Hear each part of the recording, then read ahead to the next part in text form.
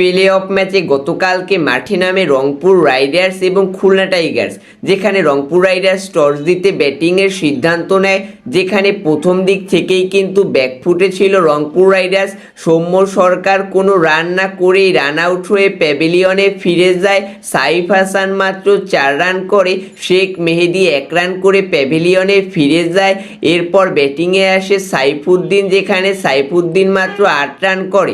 এরপর ব্যাটিংয়ে আসে রংপুর রাইডার্সের ক্যাপ্টেন নুর হাসান সোহান, যেখানে নুর হাসান সোহান মাত্র 23 রান করে, যার কারণে কিন্তু অনেকটাই ব্যাকফুটে চলে যায় রংপুর রাইডার্স।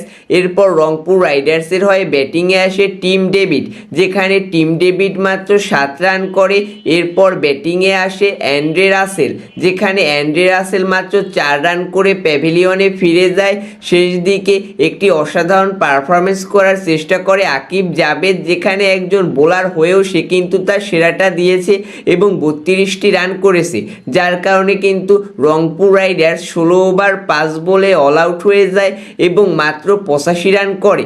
86 রানের টার্গেটে অসাধারণ পারফরমেন্স করতে থাকে খুলনা টাইগার্স, যেখানে খুলনা টাইগার্সের প্রথম উইকেট পড়ে মেহেদি হাসান মিরাজের মাধ্যমে, যেখানে মেহেদি হাসান মিরাজ ডাক মারে, কিন্তু নাইম শেখ এবং অ্যালেক্স রোজ অসাধারণ পারফরমেন্স করে, যেখানে নাইম শেখ 48 রানের একটি অনবদ্য ইনিংস খেলে এবং অ্যালেক্স রোজ 29 রান করে, যার কারণে কিন্তু রংপুর রাইডার্সকে খুলনা টাইগার্স 9 উইকেটে হারায় এবং ফাইনালে ওঠার লড়াইয়ে এক ধাপ এগিয়ে যায় খুলনা টাইগার্স। যেখানে আমরা যদি দেখি এবারের বিপিএলের শুরুর দিক থেকে কিন্তু অসাধারণ পারফরমেন্স করেছিল রংপুর রাইডার্স, কিন্তু তারা শেষ দিকে এসে পরপর 5টি ম্যাচ হেরেছে।